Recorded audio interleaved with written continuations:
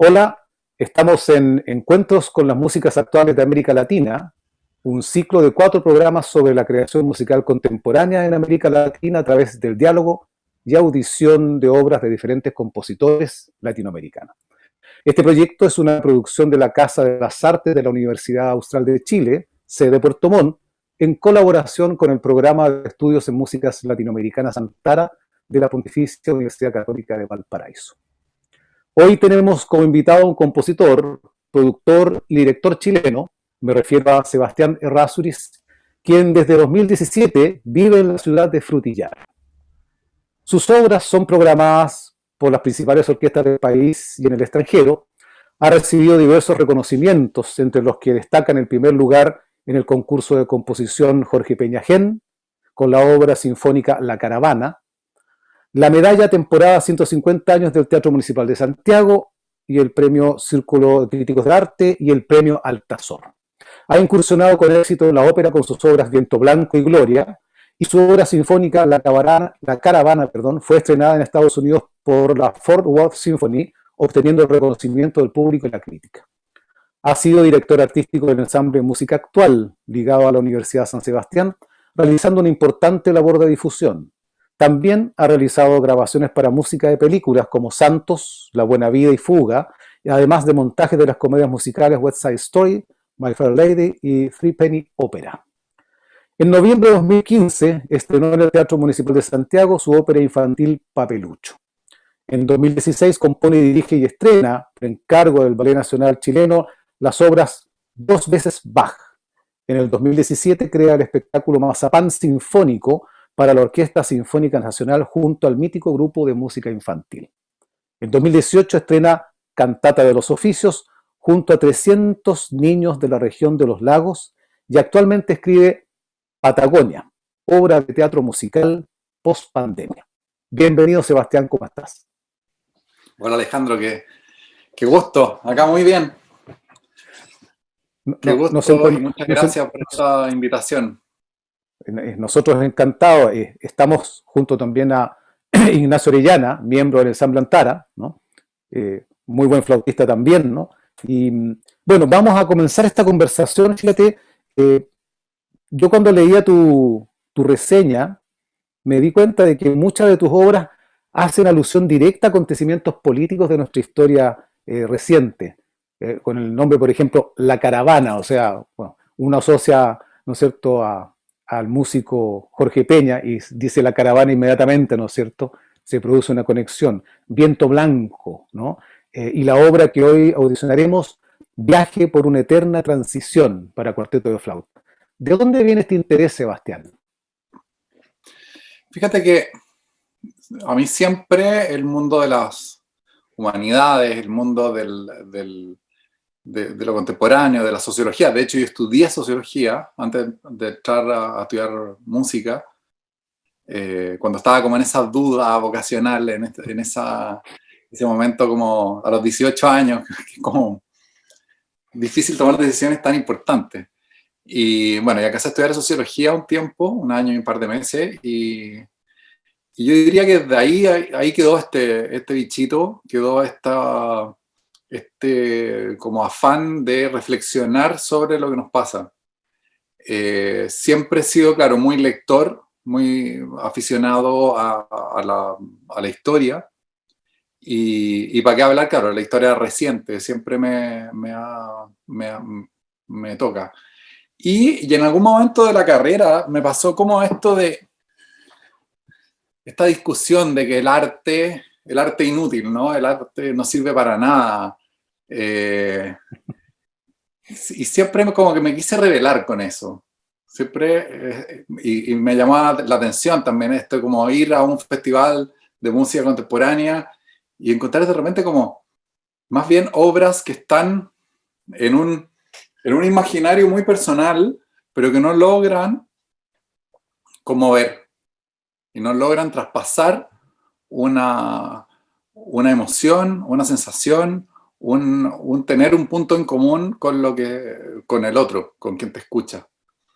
Entonces desde ahí creo que como con esos dos elementos se me fue armando de manera como bien fácil.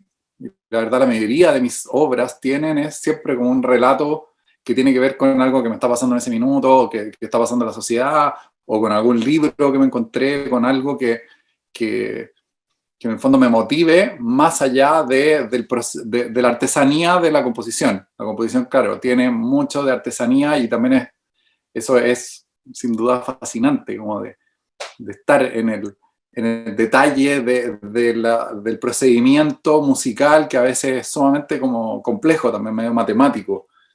Pero detrás de eso yo siento que tenemos que ser capaces de expresar algo, de conmover y ser conmovidos. Creo que eso es como un elemento.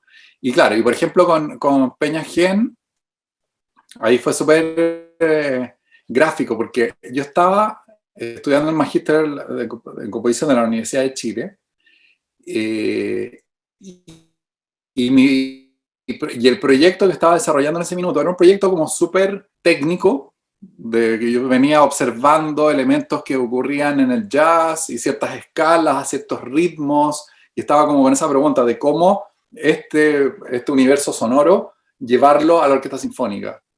Y en eso, mientras estaba como con esa preocupación, y ese era mi proyecto en el momento, surgió esta convocatoria del primer concurso de composición Jorge Peña Gen,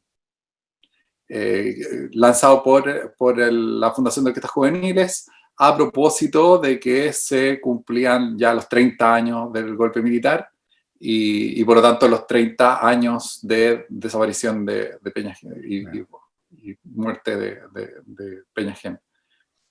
Y al leer las bases de este concurso, y que dije, ya, qué bueno, aquí tengo una fecha como para terminar este proyecto, pero me llamó mucho la atención, Peña Gen lo conocía poco, y me metí a estudiarlo en la universidad, me acuerdo, en la facultad había una buena biografía de Peña Gen, y eso, claro, me llamó tanto la atención, que inmediatamente se empezó este proyecto que no tenía nada que ver en un comienzo con Peña Gen, empezó a transformarse en música programática. Y bueno, y lo dejé llevar, digamos, y claro, y fue como la tremenda sorpresa de que gané el concurso, y eso sin duda fue como un súper impulso en mi carrera. Fue el año Oye, 2003, hace ya un buen rato. sí, claro, y en el caso, fíjate, de Viento Blanco, porque eso fue bien comentado, ¿eh? Yo me recuerdo, bueno, la tragedia, ¿no es cierto? No solamente, yo diría, por el hecho mismo de lo que ocurrió, sino que en las circunstancias, en las condiciones que se llegó a eso. O sea, se podría haber evitado, ¿no? Y yo encuentro que ahí hay una altanería, ¿no es cierto?, de las Fuerzas Armadas tremenda, ¿no? Porque es como siempre decir de que, bueno, es no sé, un miembro de la institución, dos miembros, pero en el fondo hay un pensamiento, una manera de ser, ¿no? Bueno, más allá de eso, ¿qué te tocó a ti sobre esa realidad de Viento Blanco? Porque además eso se estrenó en el Teatro Municipal, si no me equivoco, ¿no? Sí. ¿Ah? Por eso que suena como tan como, entre comillas, ¿no es cierto?, contradictorio. Por una parte, este tremendo escándalo que fue la muerte de los conscriptos, ¿no es cierto? Y por otra parte, estrenarlo, ¿no es cierto?, en el Teatro Municipal, que se ve como yo diría, el bastión, ¿no es cierto?, de la parte conservadora de este país. Fíjate que, bueno, yo estaba hace un rato como con el claro propósito de hacer una ópera, como desafío, y también principalmente porque en la ópera se junta todo lo que a mí realmente me interesa, ¿no? Esto como de equipos grandes, hay una orquesta, hay cantantes, pero también hay diseñadores, hay vestuaristas, es un circo muy grande, ¿no? Entonces, bueno, yo estaba con ese como desafío y siempre supe que tenía que hacer algo que tuviera que ver con nosotros, digamos, que tuviera que ver con la historia del país. O con dramaturgia contemporánea, pero chilena siempre. Y estuve durante varios años yendo sistemáticamente a ver teatro contemporáneo chileno, con libretita en mano, siempre tomando apuntes de cosas que me interesaban. Y yo como, también como con la idea de armar este equipo. Porque también observaba que el mundo de la ópera es un mundo sumamente como endogámico, y donde muchas veces la teatralidad está como un poco en el segundo plano. Es como, oh, qué lindo, estamos esperando el aria de la soprano, pero desde el punto de vista de la historia que te están contando, muchas veces hay grandes óperas incluso, óperas que han sobrevivido muchos siglos, pero que desde el punto de vista de la dramaturgia no pasa mucho. Entonces, bueno, yo sabía que tenía que meterme en el mundo de la dramaturgia. Y en eso ocurrió la tragedia de Antuco, noticia que seguí muy, muy al día a día, pero en ese momento no sé, no lo visualicé. Fue un año después que fue como, este es el tema. Este es el tema. Y justamente conversando con un dramaturgo y director de teatro, yo le dije, estoy buscando temas para ópera, no sé si tienes alguna idea, estoy en esto. Me dijo, mira, si hay un tema que a mí me tiene súper apasionado y estoy investigando, es la tragedia de Antuco. Y con esa sola conversación fue, te juro, vi la escena final. Como esas cosas medias. Yo siempre he sido como bien en contra de este como estereotipo cinematográfico hollywoodense, que el compositor de repente así como que se le ocurra la obra. Pero fíjate que en ese caso sí fue un poco así, de tener tal claridad del tema y esta visión también muy teatral de hombres marchando en la nieve y que van cayendo y van muriendo de hipotermia. Entonces, bueno, ahí me metí de cabeza, postulé en Fondar, la clásica, como eso, todo ese largo camino. Fondar, con el Fondar logré financiar parte de la creación, pagarle a un diseñador, pagarle a un regisser, qué sé yo, y a un equipo de libretistas que armamos. Y fíjate que ahí llegamos al teatro, al municipal, como, mira, estoy en esto. Y el teatro, fíjate que al tiro fue como, oh, wow, qué interesante, esto me interesa. Y bueno, y así fue que nos pasaron el espacio y hicieron toda la producción, que es una cosa gigantesca. Y se produjeron como que yo siento que esta obra exorcizó varios temas adentro del teatro municipal.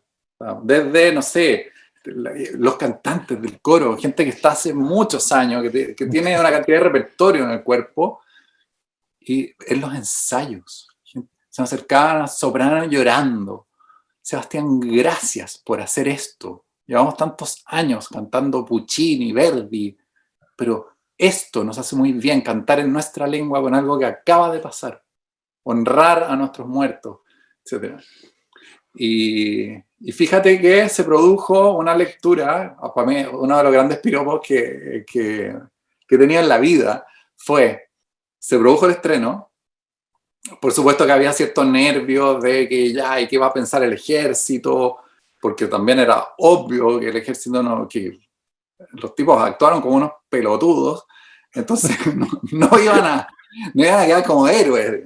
Pero también era una tragedia para ellos. Eso también a mí me gustó mucho, que fue un punto de vista que a mí me interesó mucho profundizar durante todas las sesiones de trabajo con mi equipo, que era como, no caigamos en el estereotipo de milicos idiotas, claro. Otra vez se mandaron a embarrar y apuntarlos con el dedo. Porque de alguna manera, de hecho, una de las noticias que a mí más me llamó la atención fue esa conferencia de prensa dada por el comandante en jefe del ejército en ese minuto, que era Cheire, que lloraba y decía, a nosotros se nos acaban de morir 45 hijos. Entonces, ese mundo militar, que siempre lo vimos, lleno de charreteras y cosas, y lejano, duro, de repente era un ser humano llorando también. Y también viviendo por algunas horas la sensación que ellos han producido a la sociedad, a gran parte de la sociedad. O sea, por unos momentos hubo, no sé dónde están, sé que ya están muertos, pero no sé dónde, porque la tormenta todavía no me permite buscar los cuerpos. Entonces, es estar viviendo ellos, algo que han Producido, hecho, claro. hicieron sistemáticamente durante muchos años, produjo una cosa muy potente. Y al mismo tiempo, representar eso en el escenario fue una catarsis. Y, bueno, y este piropo que les quería contar, se produce el estreno con todo este nerviosismo, expectación y qué sé yo, ya muy bien. Y unos pocos días después me topo primero con una señora que trabaja en el municipal, de la vieja guardia del municipal, y ella me dice, me abraza, me dice felicitaciones, realmente conmovedora la hora, qué bueno. Y te quiero decir algo, yo estaba muy nerviosa con qué iban a hacer, porque ustedes, los artistas, siempre tratan muy mal al mundo militar. Y empezó así como que lo ponía muy nerviosa. Y sin embargo, me dice, ustedes han tratado al mundo militar con profundo respeto.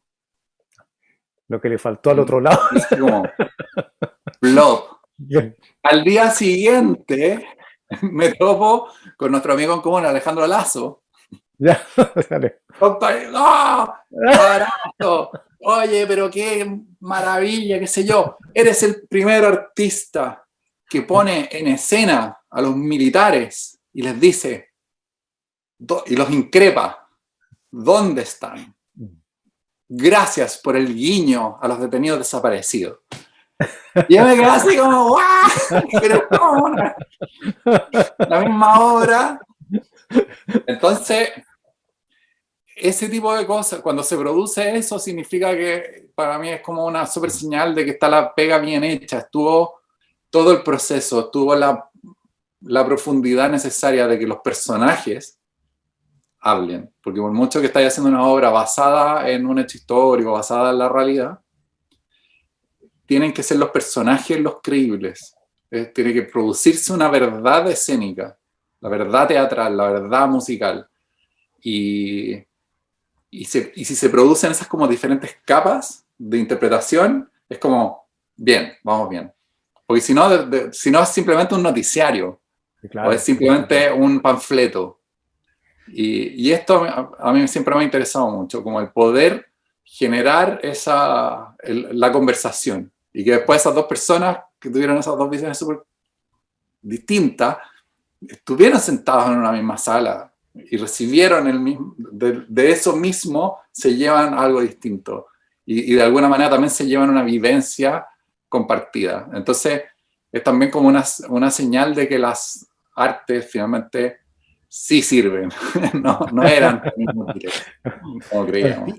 Tú sabes que hay algunos que sostienen esa creencia, ¿no es cierto? Como, yo diría como capilla, ¿no? Y todavía siguen, yo diría más bien repitiendo lo que otros grandes maestros dijeron, pero no le han salido de ellos mismos, ¿me entiendes? Es como lo dijo él, yo quedo bien. Da lo mismo. Sebastián, bueno, junto con agradecer tu presencia y darte la bienvenida a esta serie de programas.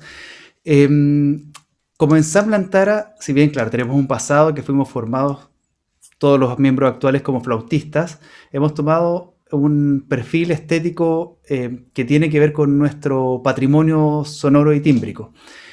En ese sentido, en tus procesos en tus procedimientos compositivos, ¿cómo dialogan tus intereses estéticos con tus distintas obras, de acuerdo a los requerimientos que van surgiendo? Por ejemplo, lo que hablabas tú de la ópera, Y también de cómo abordas tus intereses estéticos y te vinculas con un ensamble como el nuestro al escribir una obra como Viaje para una eterna transición, que coincidió para los 40 años del golpe militar también. ¿Cómo haces tú ese trabajo de vincular tu interés estético y cuáles son tus proyecciones y las proyecciones de tu obra en ese sentido? Buena pregunta. Ahora, mira, mis intereses estéticos son súper amplios. O sea, de hecho, antes de conectarme con ustedes, estaba haciendo la mezcla de un arreglo que grabé hace poco con un grupo folclórico, con un dúo folclórico que hicieron una versión del Águila Sideral de los Jaivas, y eso está acompañado por los músicos del ensamble Teatro del Lago.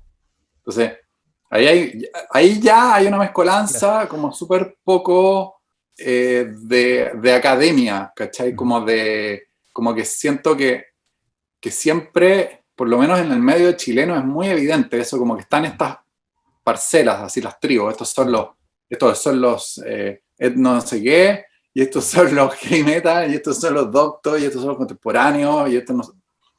Entonces, claro, a mí me interesan muchas de esas estéticas. Entonces, finalmente, me siento con la libertad de ser del siglo XXI y poder decir, estamos en el post algo, donde todo aquello que me interesa, de alguna manera lo puedo adoptar. Y donde, entonces, la estética finalmente no me es tan relevante como la ética. Me parece mucho más importante la ética. O sea, cuando hay un grupo de personas que llevan 20 años tocando juntos y que dicen, oye, queremos tocar algo tuyo, desafíanos, ahí empieza más que la pregunta de la estética, es como una pregunta del cómo dialogo con esas personas, cómo hago que para estas personas que están dedicándole tiempo a esto, tengamos un diálogo fructífero y que lleguemos a algo que todo el mundo se divierta también. Porque claro, estamos por esto, yo creo que la gran mayoría al menos, de los que estamos en esto, estamos por una cosa media hedonista, estamos por una conexión que es más intuitiva que racional. Claro. Entonces, mantengamos eso. Entonces ahí en la música yo creo que siempre estoy buscando que esté esa chispa que tiene que ver con el tocar del músico, que tiene que ver con la vocación que tienen ustedes que pasan una vida tocando un instrumento y llegando como a esa maestría, ¿cierto? En un instrumento. Eso a mí ya me genera un respeto y una admiración tan grande que solo me puedo como con humildad sumar a que, bueno, ¿cómo entrar ahí y que siga siendo un juego entretenido y que no sea rutina? Porque también eso le pasa a tantos colegas que es como, ya, siglos practicando y después de repente como que ya están con el piloto automático y se acaba esa chispa, esa pasión. Lo que les pasa a los colegas de las orquestas muchas veces. Que tú sí, estás adelante de una orquesta y de repente es como, oh, ¿qué pasó acá? ¿En qué minuto se desactivó la pasión? ¿Cachai? Y es como que están en piloto automático, ya, arco para arriba, arco para abajo, ¿no? Esto va más staccato, menos staccato, pero la función número 100 el impulso, el impulso esencial por el cual estás sentado acá con instrumento, sí. ¿Dónde está? Entonces yo creo que como para los compositores es un desafío conservar, mantener y estar ahí presente y generar algún tipo de desafío que sea parte de esta chispa. Mira, bueno, yo les recuerdo, estamos en Encuentros con las Músicas Actuales de América Latina, ciclo de 4 programas sobre la creación musical contemporánea en nuestro continente a través del diálogo y audición de obras de diferentes compositores latinoamericanos. Este proyecto es una producción de la Casa de las Artes de la Universidad Austral de Chile, sede Puerto Montt, en colaboración con el programa de estudios en músicas latinoamericanas Antara de la Pontificia Universidad Católica de Valparaíso. Sebastián, hablemos de Viaje por una eterna transición. ¿Ah? Como que el tema sigue teniendo total actualidad en la medida, digo yo, que aún seguimos atados a la constitución de la dictadura de Pinochet, ¿no? ¿Cómo surge esta obra? ¿Para qué músico la escribes? ¿En qué circunstancias? En fin. ¿Verdad? Esta obra, ya, sí, esta obra fue porque Hernán Jara, profesor de flauta de la Escuela Moderna y primer flauta de la Sinfónica, ¿cierto? Yo creo que esto fue como, no sé si últimos años de escuela, porque es como de las primeras cosas que hice, es como si habláramos así de opus, es como de estar dentro de las primeras ocho cosas que hice. Y él tenía había un encuentro de flautistas, y entonces un día me dice, oye, está este encuentro, ¿por qué no escribes un cuarteto de flautas? Lo que no puedo acordarme bien es si en la versión original con qué flautas era, porque me acuerdo haberlo hecho para lo que había, ahí de nuevo, la ética antes que la estética, como, ¿qué saco yo? Claro, yo tenía muchas ganas de escribir para flauta baja, pero no había flauta baja, que ya está. No sirve de nada. Entonces, creo que, claro, esa primera versión me parece que era flauta en sol, dos flautas en do y piccolo. Y bueno, y se tocó esta obra y en ese minuto, como sucede muchas veces con estos encargos, que son como estas oportunidades de que un colega dice, oye, ya, te quiero programar tal fecha, y es como, bueno, ¿qué hago? ¿Y qué hago además con 4 flautas? Era como un súper desafío. Y bueno, y me metí en esta idea del viaje. De hecho, eso creo que fue como una de las cosas que conversamos con Hernán, que me decía como, me gustaría que tuviese elementos de la música folclórica chilena. Entonces, lo que hice, me acuerdo, fue como seleccionar zona norte, zona central y zona sur, ¿cierto? Gestos musicales que tuvieran que ver con estos rasgos culturales. Entonces agarré algo que tenía que ver como con el huayno andino, después elementos que tienen que ver con la cueca, zona central, y elementos que tienen que ver con la cultura mapuche. Y bueno, y el desafío era, claro, cómo hilar esto y que no quedara un pegoteo rarísimo de tracks de distintas cosas, ¿no? Y ahí entonces surge también esta idea como del viaje, una especie de Perico trepa por Chile, pero en una versión ya de que en realidad es este viaje por una eterna transición, ¿no? Un país que siempre está en transición, que nunca está en el lugar donde dice que va a estar, nunca está en la proyección de lo que quisiera, siempre está como en parece que, ojalá. Y bueno, y me gustan estos títulos. Yo siempre juego mucho como le doy harta importancia al título de la obra. Que la obra sea sugerente. Como me muero de lata cuando veo una exposición de pintura y es como sin título 1, es como sin título 2. Es como, por favor, o sea, por último, no sé, sugestióname un poco para ver si entro.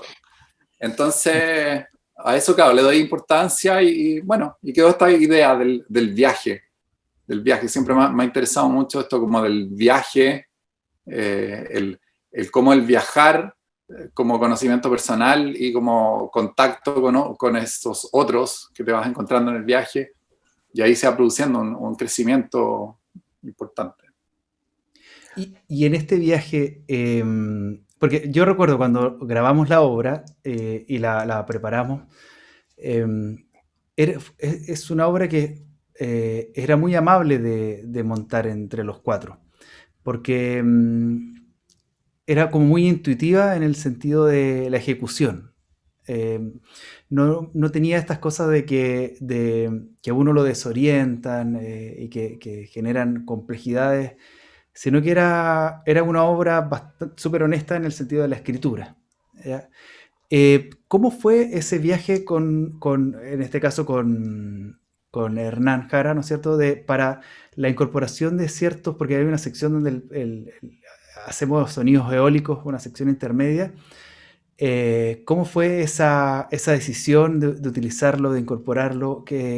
Porque también son eólicos que generan cierta imprecisión temporal, pero no se pierde la estructura de la obra. Sí. Oye, que te iba a hablar de esta obra, es como me estoy acordando recién, según lo que tú me vas contando. Es que a mí me pasa que como que termino un proyecto y es como al otro. Y bueno, ya iban quedando estos. Mira,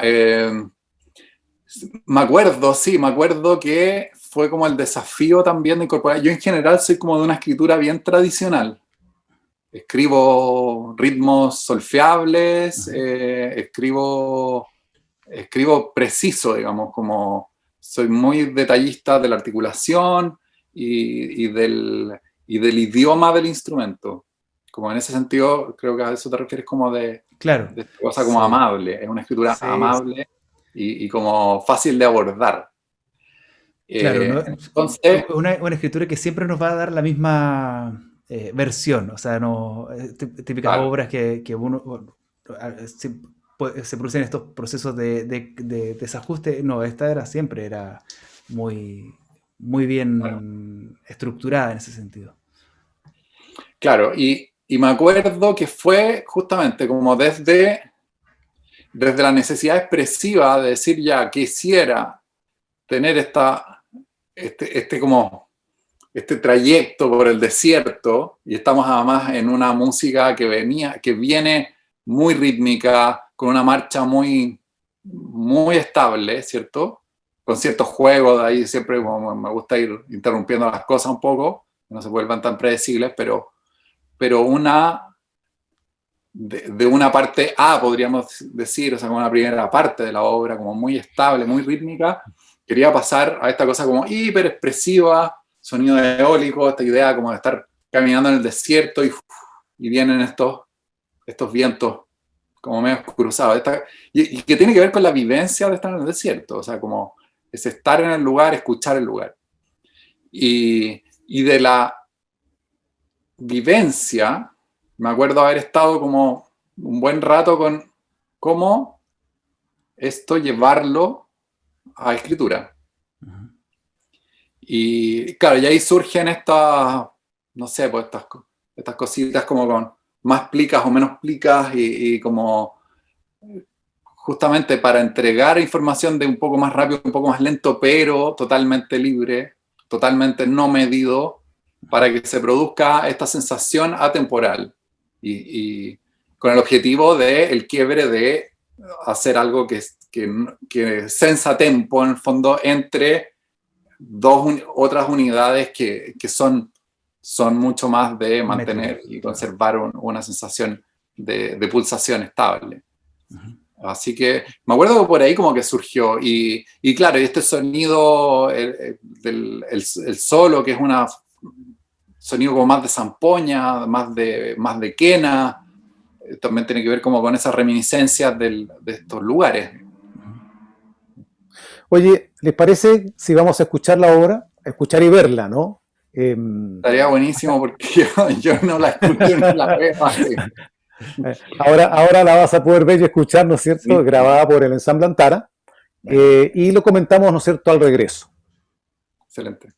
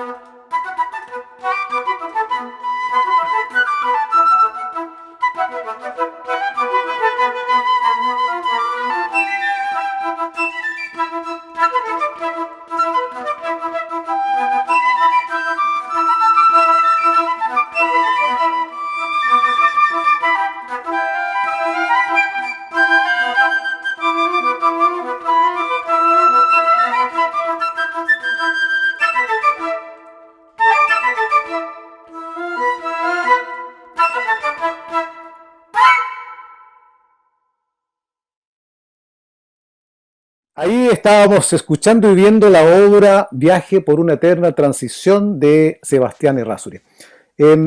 Sebastián, en algún momento, tú también recuerdas, porque a mí se me olvidan ya las cosas, el disco duro como que está más que lleno. En algún momento hablamos de que mezclara los instrumentos tradicionales americanos andinos, ¿no? Que Antara, entre otras cosas, yo diría, toca, con las flautas occidentales, quiero decir más precisamente la flauta sistema Böhm, ¿eh? Es como la definición más precisa. ¿Eso fue a posteriori? ¿Estuvo en el origen de la obra o te vino después esta posibilidad, ¿no es cierto?, de fusionar los timbres? No, yo creo que fue a posteriori porque, como hablábamos al comienzo, el encargo, o sea, como que el origen fue justamente como un profesor de flauta con su staff de alumnos avanzados, qué sé yo, que necesitan repertorio y por lo tanto eran flauta, sistema Böhm, así que no surge desde ahí, sí. ¿Sabes? Te lo pregunto porque en este tiempo que ya llevamos con Antara, estamos el año pasado, ¿no es cierto?, festejando los 20 años de existencia. Y vamos a, yo creo que entrar, ¿no es cierto?, a una reflexión conjunta aquí, porque uno entiende que es igual que la construcción de una casa que se hace con ciertos materiales, tiene ciertas densidades, ¿no es cierto?, hay ciertos cálculos, y que otros materiales no le van, ¿no? Y eso tiene que ver también con el conocimiento, ¿no es cierto?, de los compositores en este caso, sobre las posibilidades de los instrumentos tradicionales. Que es un trabajo que yo diría que todavía está en su inicio, ¿eh? Pese a que nosotros podamos llevar 20 años, pero lo que hay en instrumentos en América Latina, por ejemplo, en el área de los aerófonos, ¿cierto?, es tal de que queda, nosotros creo que hicimos no sé, el primer centímetro del iceberg, pero lo que hay hacia abajo es tremendo, ¿no?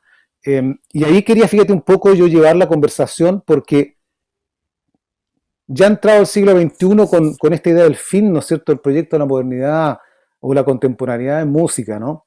Como quien diría el fin de las vanguardias, entre otras, ¿no? Nuestros compositores aún no se sirven del patrimonio cultural de América en sus creaciones. No es tan común y evidente, ¿no? Es más, hace 2 meses teníamos otro conversatorio de la red RICMA con varios compositores de otros países y también representantes de Francia, con los cuales nos ligamos mucho nosotros hace 15 años atrás. Y la ex subdirectora del Conservatorio Nacional Superior de Música y Danza de París, justamente fíjate que nos hacía esa reflexión de que cuando se genera esta red en América Latina, se habla de la necesidad, ¿no es cierto?, de vincular el patrimonio con la creación contemporánea. No es una cosa muy nueva, sino que era nueva desde el punto de vista de donde se enfocaba esto, ¿no? Las nuevas tecnologías, ¿no es cierto?, etcétera. Entonces, ocurre de que nos dice, fíjense que cuando ustedes lo propusieron, esto era muy novedoso. Hoy día ya nadie habla de eso en términos que ya está instalado en la enseñanza de los conservatorios y las escuelas superiores de música europeas. Nadie podría decir que un alumno de composición no vaya, como hay muchos casos, en este preciso que voy a mencionar, a hacer su proyecto de creación al desierto de Mongolia, a vivir con una tribu, ¿no es cierto?, mongol. Cosa que aquí sonaría extrañísimo que alguien se fuera a ir con una tribu, ¿no es cierto?, o una comunidad mapuche, ¿no es cierto?, o beliche, o aymara, ¿no es cierto?, llega a su proyecto final en ese lugar. Entonces, fíjate que tal vez como lo decía Alejo Carpentier en uno de sus escritos, el criollo, ¿no es cierto?, este producto americano, quiere ser reconocido por Europa. Yo creo que antes que ser reconocido en su propio continente, ¿no? Tal vez para afirmar así su nivel, su capacidad, ¿no es cierto?, y el hecho de que viene de esa matriz y no de esta otra, ¿no? Entonces, más bien como reflexionar por ese ámbito, ¿qué piensas tú al respecto, fíjate, de por qué, que tú has también estado, ¿no es cierto?, en cargos de enseñanza musical cuando estabas en Pro Jazz, ¿no? Y luego estuviste en la Universidad de San Sebastián, ¿no? Todavía nos cuesta mucho que esto de América esté presente. No digo la arqueología, digo la capacidad de que, por ejemplo, los instrumentistas sean, como Antara lo hizo un momento, multiinstrumentistas. Tenemos una matriz en la flauta traversa, son todos exalumnos, ¿no es cierto?, titulados de la Universidad Católica, gente con posgrado, etcétera, y no hay ¿cómo decirte?, no hay un sentimiento de inferioridad entre los instrumentos, sino que más bien es la posibilidad de ofertarle a un compositor, yo diría, una panoplia más amplia de sonidos y posibilidades creativas para la creación. ¿A qué crees tú que se deba todavía que eso esté todavía, digamos, lejano? Yo creo que principalmente a estas tribus, pues, a estas sectas de, que están, claro, justamente mirando mucho más hacia Europa que hacia adentro y tratando de parecer de tal o cual manera. Entonces, yo creo que va por ahí. De hecho, en mi formación, yo tengo una formación como bastante tradicional, finalmente. Tengo una formación en tanto música clásica como música popular de manera súper tradicional. Y de hecho, de las cosas que de repente me han requete contra volado la cabeza han sido justamente este tipo de proyectos, de tomarse muy en serio la organología de por acá. O sea, el proyecto que hacen ustedes, el proyecto que hace Alejandro Iglesias, el proyecto de Sergio Prudencio, son cosas que realmente a mí en su minuto cada vez así como, ¿qué es esto? Y ahí me siento totalmente como me despierta mucha curiosidad y claro, y me gustaría, lo veo como un súper material, como para meterse. Hasta ahora, claro, no me ha tocado participar de un proyecto que realmente ponga mi tiempo, ¿cierto? Para poder decir ya, vamos con esto y metámonos a entender cómo funciona toda esta organología o todo este material instrumental que ustedes tienen. Pero claro, a mí me parece súper fascinante. De hecho, cuando en cualquier encargo de música, de composición, para mí el primer ejercicio tiene que ver con eso, con el entender al otro, a quien está encargando la obra. Es como un poco como funcionan los arquitectos. Es como, esto no se trata de mi casa, se trata de la casa en la cual tú con tu familia vas a vivir. Entonces necesito primero saber cómo es tu vivir. Entonces, como compositor yo me siento súper como satisfecho cuando logro hacer ese camino y ese camino que tiene que ver como con la empatía y con entender al otro, a quien quiere tocar. Y claro, y hasta ahora la verdad siempre me ha tocado como material instrumental tradicional, con muy poquitas excepciones de repente, que es como ya colaboraciones con instrumentos no tradicionales, pero muy poco. Y claro, a mí me parece fascinante. Y también por eso mismo lo tomo con respeto. O sea, hay que meterse en el tema y eso es, o sea, así como para escribir por orquesta, yo estudié años de organología, orquestación, etc. Si tuviera, no sé, pues, escribir para un grupo como el de ustedes, o para el grupo ¿cómo se llama? Alejandro Iglesias. Sí, la Alejandro Iglesias, orquesta, sí.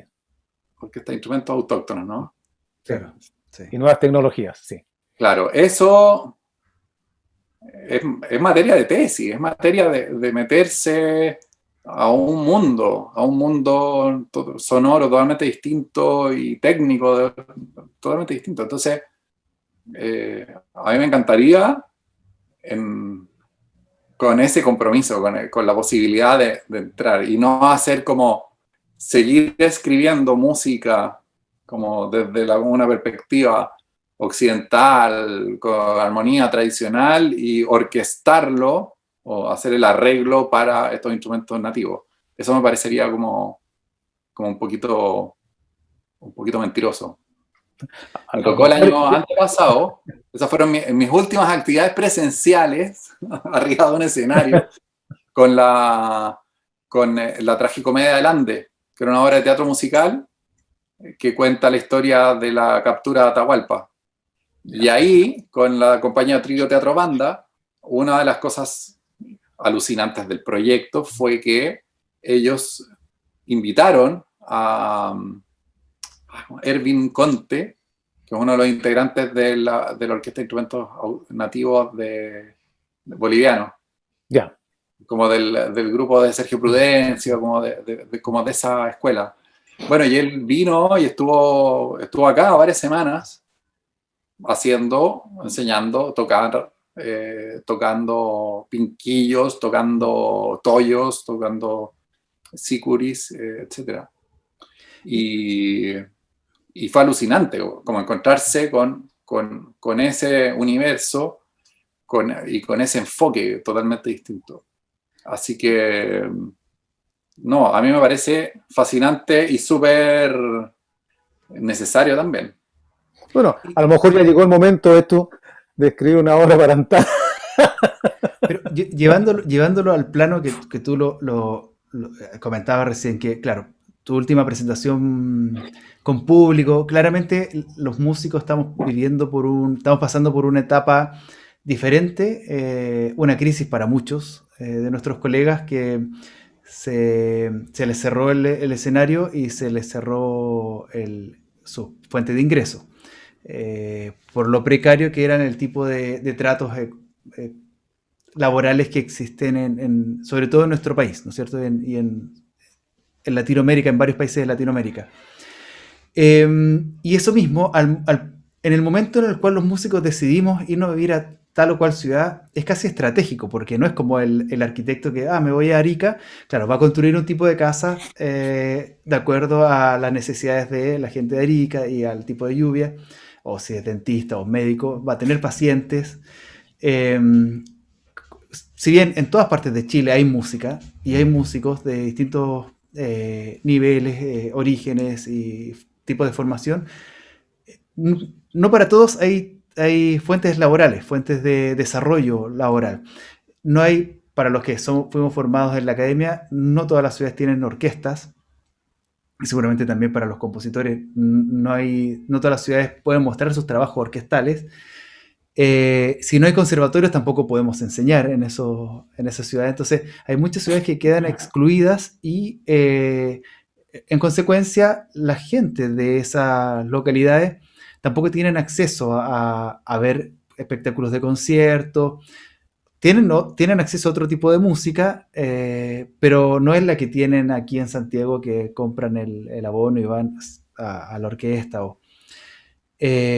Podemos, con este contexto, ¿podemos hablar de que en Chile tenemos un desarrollo musical o hay alguna plataforma que se esté construyendo para llegar a homogeneizar a todo el territorio nacional ofertando música de todo tipo? Ya decía Alejandro, tu paso por la Pro Jazz, no en todas las ciudades hay teatros donde se escuche jazz. Entonces tiene que venir a Santiago, o si va una banda de jazz a la localidad, recién la pueden ver en vivo. ¿Tú ves que ves que hay un horizonte luminoso, o más bien vamos a la oscuridad cada vez más, pensando en este momento que estamos viviendo y en las proyecciones que podríamos tener? Mira, yo tomé la decisión hace ya casi 3 años de dejar Santiago. Y claro, mucha gente me vio así como, te voy a estar en la cabeza, estás loco, ¿qué voy a hacer? Por mucho, claro, que estoy en Frutillar, ciudad creativa de la música, que tiene la larga tradición de semanas musicales, tiene el Teatro del Lago. En ese sentido es una ciudad totalmente como por sobre la media de una ciudad de este tamaño en Chile.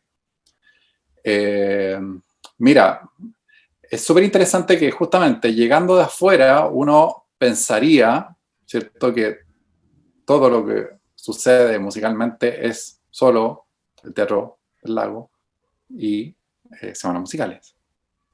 Claro. Y la verdad, ya cuando estás habitando este lugar, para mí ha sido alucinante darse cuenta que, oye, pero hay mucho más. Porque la música, somos una plaga, estamos en todos lados. Sí. Estamos en todas partes. Entonces nosotros vamos donde hay un músico, como me decía una vez don Fernando García, gran maestro amigo, me decía, los músicos somos una mafia. Si nosotros en cualquier parte donde vamos tenemos 20 amigos y en un rato nos organizamos y hacemos cosas. Entonces, eh, si bien podría, o sea, si uno sigue como con esa lógica muy desde, como una, del mainstream, ¿cierto? De que ya, para que me vaya bien, tengo que estar en una institución tal, tengo que estar en un conservatorio, tengo que hacer, qué sé yo, clases en una universidad, tengo que tener acceso a un teatro. Ya, esas son las pegas conocidas. Pero debajo de eso hay una cantidad de otras actividades y otras pegas que cuando uno empieza a entender que eso también es necesario y cumple un rol dentro de la sociedad, a veces incluso más catalizador de cambios sociales, qué sé yo, cambios espirituales en las personas que nos escuchan. Entonces, ahí yo o sea, al ver eso y al vivenciarlo, es como me vuelve el optimismo, somos necesarios en todos lados. Entonces, si bien la institucionalidad de la música pareciera que tiene finalmente esa barrera enorme. Pero entonces serían capas que son en el fondo las capas que siempre han existido, pero que no se mueven a partir de una institucionalidad o una política de Estado, política pública o una intencionalidad territorial de desarrollo.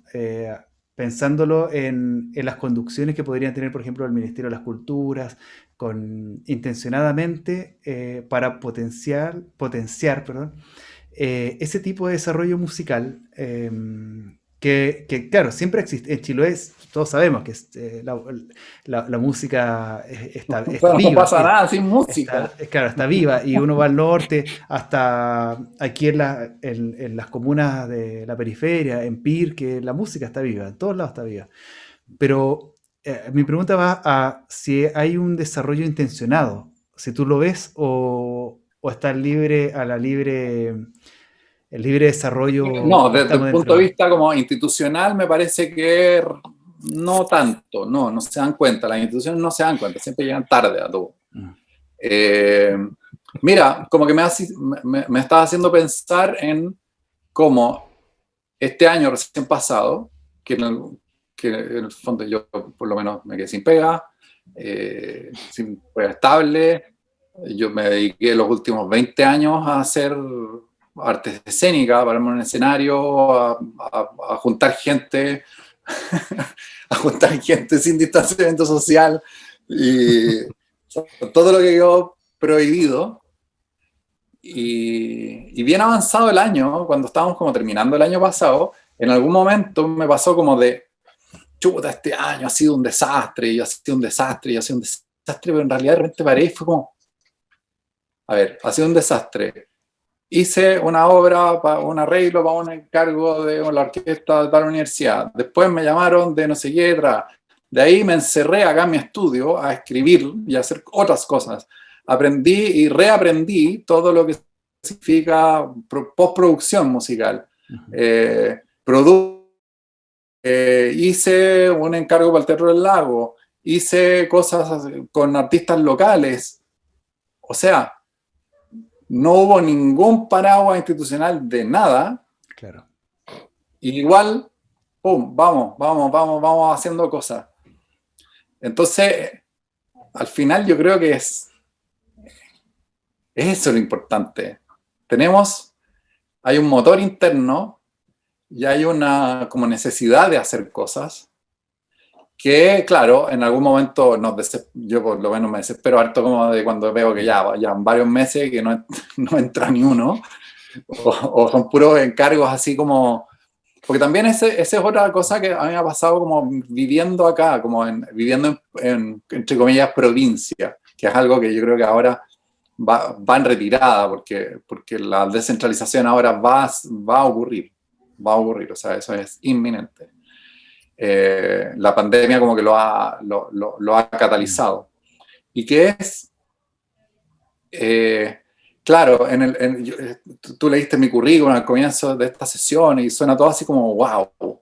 Entonces uno llega con esa mochila y acá la gente dice como, chuta, no, ¿cómo vamos a llamar a este gallo? Como, si este gallo está sobrecalificado con esta pega. Y yo es como, yo quiero trabajar, a mí me gusta hacer música. Y si esto es para 20 personas o para 5.000, no es tema, o sea, hagámoslo. O sea, yo prefiero estar haciendo esto que estar en mi casa semi-deprimido. Porque finalmente, si bien la cuarentena es como el estado natural de un compositor, yo en general me lo paso súper encerrado, necesito del silencio y la soledad para hacer lo que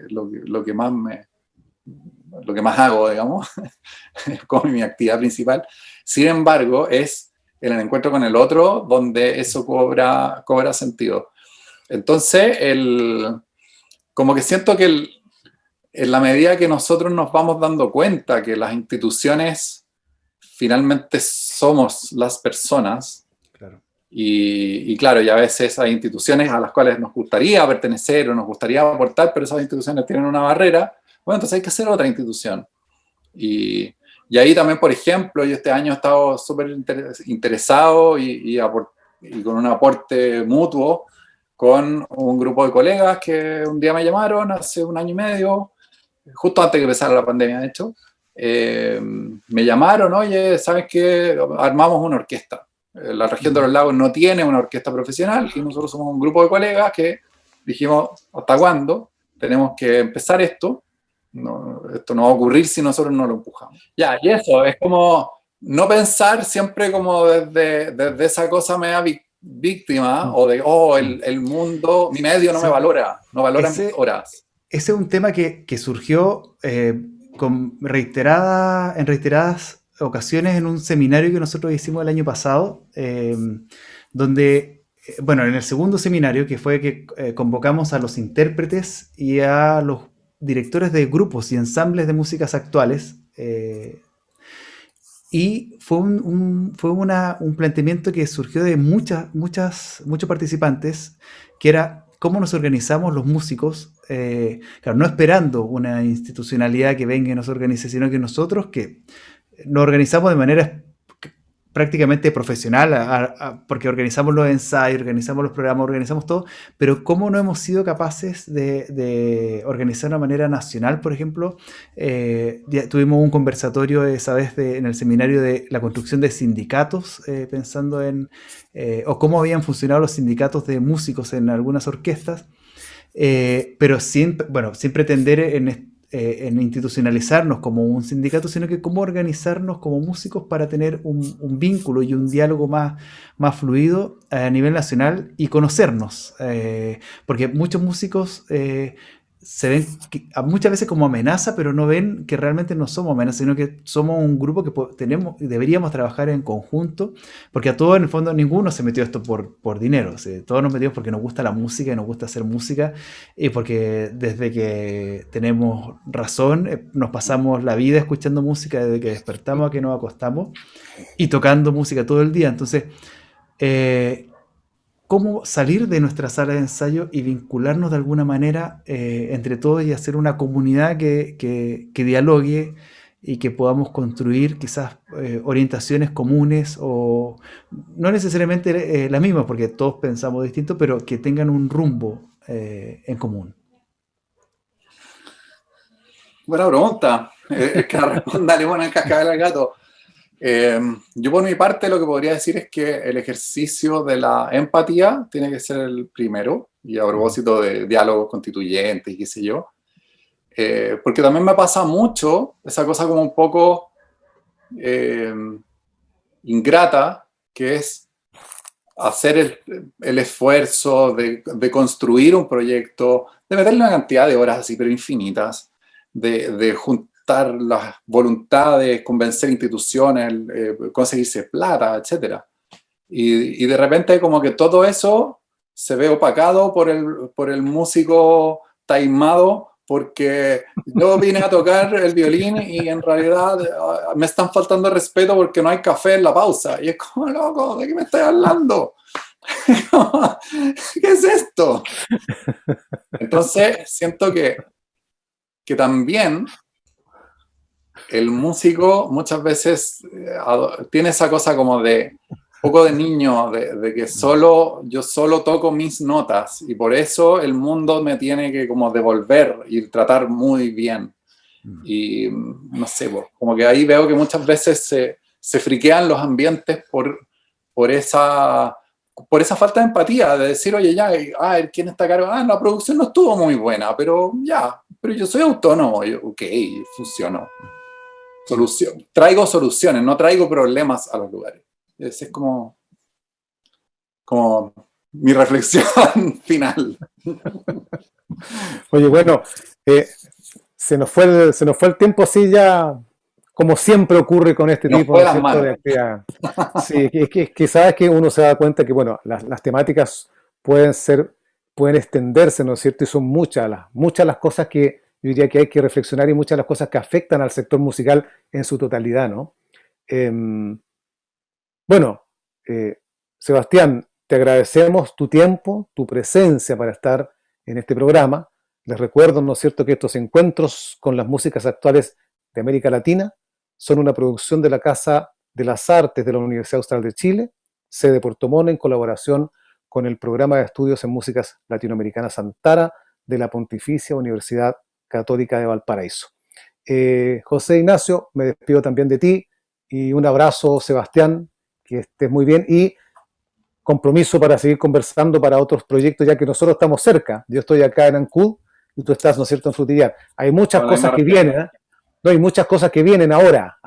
Entonces, creo que lo que nos está entorpeciendo mucho, ¿no es cierto?, es este COVID, que volvemos, ¿no es cierto?, a fase 1, fase 2, vuelve a la cuarentena, ¿no es cierto? Entonces, cuando uno va a pretender hacer algo, retrocedió, ¿no? Hay un cansancio también de la gente, yo, ¿qué puedo decir? Que acá en Chiloé, pues, en el caso de Ancud, no hemos bajado los infectados, al contrario, pero uno ve que los turistas se pasean, que hay entrada libre por Chacao, entonces como que hay unas contradicciones, ¿no es cierto?, en esto del control, ¿no?, sanitario. Pero sin lugar a dudas que yo espero espero tampoco no equivocarme, pero yo creo que vamos a estar hablando tal vez personalmente por ahí por junio de este año, ¿no? Con más seguridad, porque te digo, ahí vienen, o por lo menos nosotros tenemos varios proyectos aquí, ¿no es cierto?, instalados y a desarrollar, que sería interesante, ¿no es cierto?, conversarlo contigo también, ¿no? Así es que yo me despido de ambos, un gran abrazo, ¿no es cierto?, y seguimos con estos programas adelante. Bien, un placer. Muchísimas gracias, abrazo también y nos vemos pronto. Chao, que esté muy bien. Chao.